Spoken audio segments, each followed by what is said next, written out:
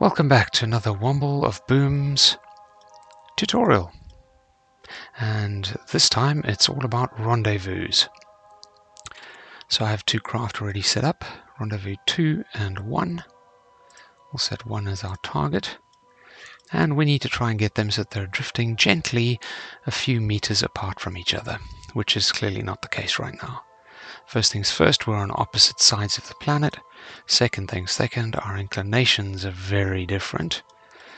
And then third things third, our orbits are very different sizes. In this case, on this side we're inside the other craft's orbit, at this end we're outside the other craft's orbit, so we're going to need to sort out a few things. Now you can do a number of these things in one go, but I'm going to try and keep every step discrete, just to keep it each bit of what we're trying to do is hopefully a little bit more clear. Okay. Right off the bat, we've got one point where we are sort of meeting. We're not meeting in time, we'll still be at opposite ends when we get there, but our orbits match here. Okay, so at our ascending and descending nodes, our orbits are in some way crossing. They're close, they're matching.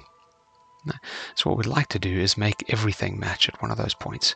You don't have to do it this way. In some cases, that's the least efficient place to do it, but we'll worry about that sort of thing in later, more advanced docking, or you can when you're more experienced.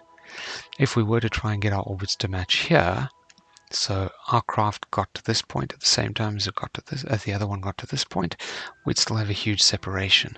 So we'd have to sort out our inclination and our orbital size just to make some sort of an intersect here. And in doing that, we'd be messing up the other side. We'd be doing a whole bunch. Right? This just is simpler to start with. Okay, and as it turns out, we're quite close here. Our two orbits are very close anywhere there, but they're quite far apart there. So what we're going to do is when our craft gets to here, we're going to burn prograde to push our blue orbit out until it matches the yellow one here. And when they're overlapping, we'll then have our orbital lines will cross both in distance to planet and from our orbital inclination will be meeting at that point. And at that point, it'll then be a lot easier to solve the remaining challenges. Okay, so how do I do that? Obviously it'll be easier if I'm able to look right at this spot, but I won't because my craft will be on that side and I'll be burning on this side. And you can play with your maneuvers and you can play with your map mode and you can get a pretty good look. But what I'm actually going to do is just double click on this guy. And now I'm focused here. I'm still controlling rendezvous 2, but I'm focused here. So when I'm over this end burning, I know, because of our positions, he's going to be this end, and I'll be able to zoom right up and close to that and see how I'm going. So, let's do that. Prograde it is. Let's get going. And sometimes I'll go crazy with the time warp, sometimes I won't. I really don't like burning past where I'm going. And by the way, we're not going to be using maneuver nodes for this. So it's all going to be eyeballing, and you'll see it's actually relatively straightforward. Okay, so now we're here. We're about to burn prograde to push our orbit out, but I'm focused here so I can see what's actually happening. I'm going to just use shift, a little bit of throttle. I don't need to go full throttle, and I think that's pretty good. A little bit past, but I'm not too upset. That's okay. Right, now we've sorted that out. How do we get our craft to meet? They're on opposite sides. How do we get them to this point at the same time? And that's indicated by these brown markers, the intersect markers, and the purple ones. The intersect markers that are brown are the next time we intersect, or the next time we're at an intersect point. Where are the craft going to be? And the purple ones, are the second time after that. The next time after this one, where are we going to be at our sort of closest intersect point? Sometimes these purple ones, that's when our orbits touch here. Where are we going to be? Where relative to each other? And you'll see when we go here, and then when we go here again, not a lot will have changed. And that's because the craft won't have caught up very much. And you'll see our orbits are different, but not hugely. The other craft is going to probably take 7, 8, 9 orbits before it catches us. We're on a bigger orbit. It's like running around the outside of the track at the same speed that someone else is running on the inside of the track, but because the inside of the track is less distance, they will get to the finish line before us. And if we carried on running many, many times around the track, they would slowly pull further and further ahead until eventually they caught up to us again on the other side, just because we're running further every time. And it's the same here. We're essentially flying or orbiting much further. So, if we made our orbit even bigger, instead of doing 2 or 3 orbits, we might only get 1 orbit before the other craft caught us.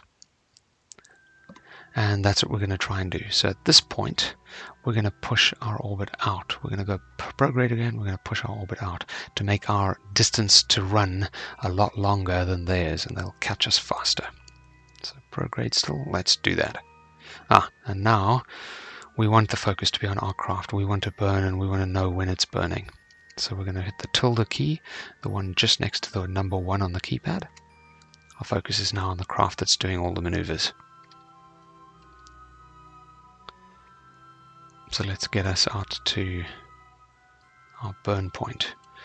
And we don't want to burn at periaptus, we want to burn at our ascending node, because we've already made everything match up. Our inclinations match there, and our orbits touch each other just about there.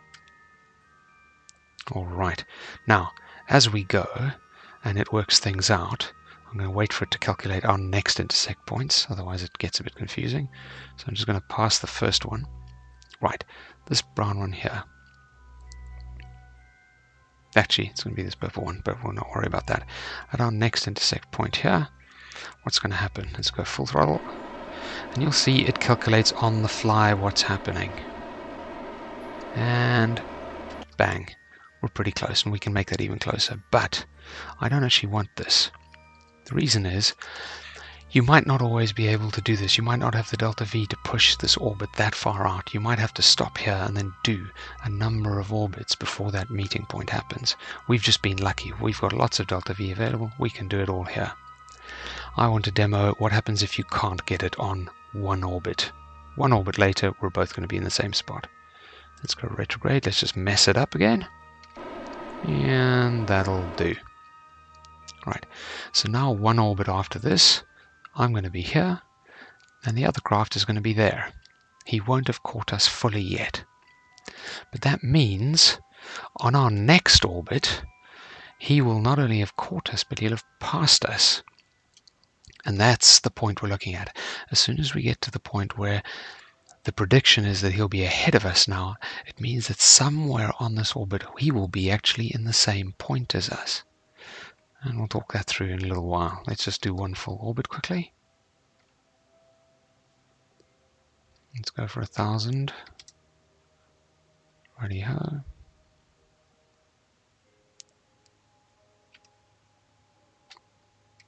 Okay. So what I expect is that this marker is suddenly going to jump ahead. Yep. So on our next orbit, he won't just have caught us. We're going so slowly, he'll catch us and he'll be ahead of us. That's great. That means that if we just change it, instead of letting him catch us up so much that he passes us, we reduce our orbit, we bring it in, so that he is just able to catch us. He doesn't pass us. So let's do that. We'll retrograde. We want to bring this in. Let's go. And I'm not using full throttle, because I just want a little bit more control.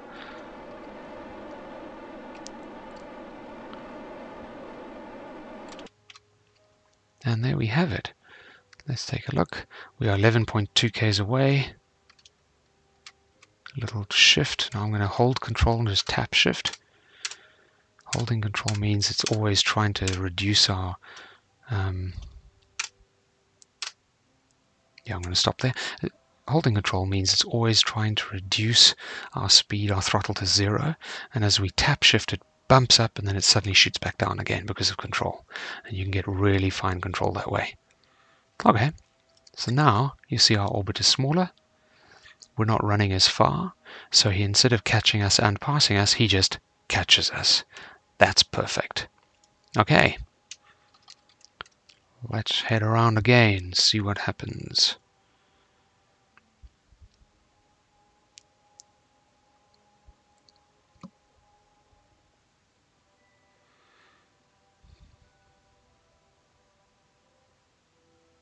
Now, everything we've been doing so far has been relative to our orbits. We've been messing with our orbits.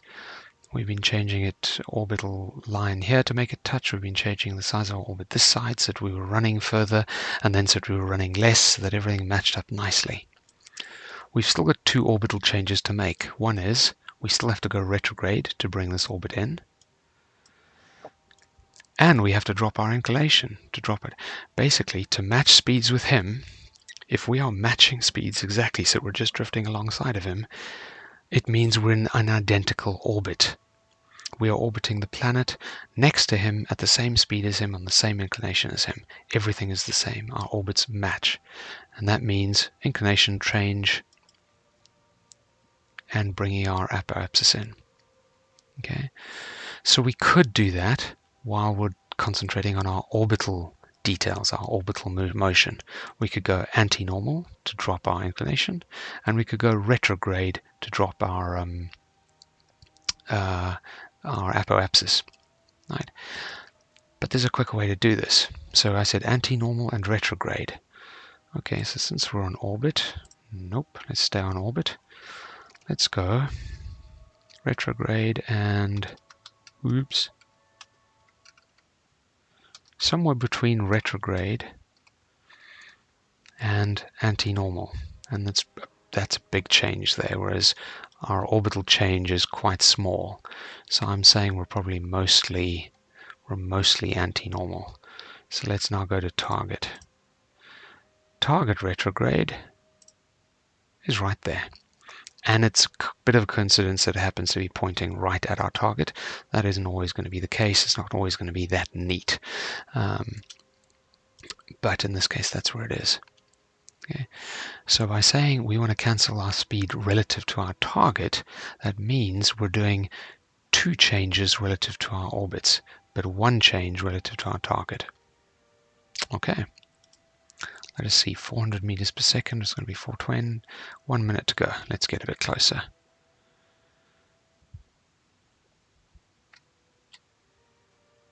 About 10 seconds should do it. And full throttle. Now this isn't going down as far because we are slowing down, so we're not catching him as quickly. Let's stop.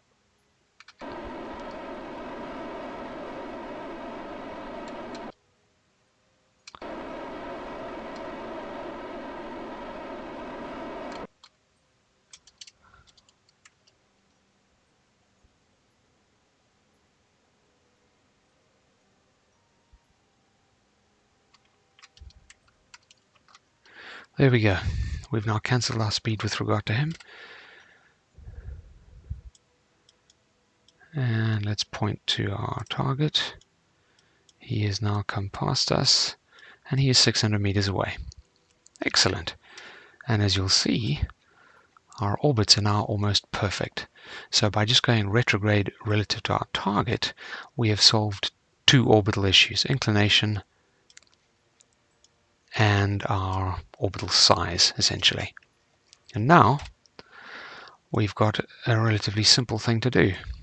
We're pointed towards the target, and you can do this either, if you don't have this unlocked yet on the tech tree, you can point towards your target manually,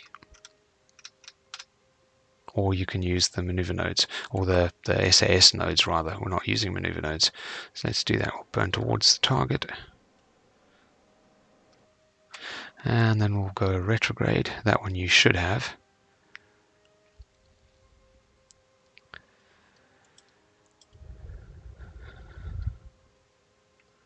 Just time warp a little bit, because otherwise this is going to take too long.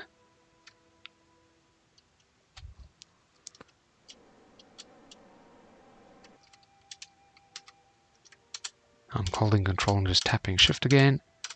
And bang, there we are. 28 meters. 0 speed difference. And our orbits match again. And there you have it. Rendezvous. Beautiful. Docking is the next tutorial. Enjoy your space flights. Cheerio.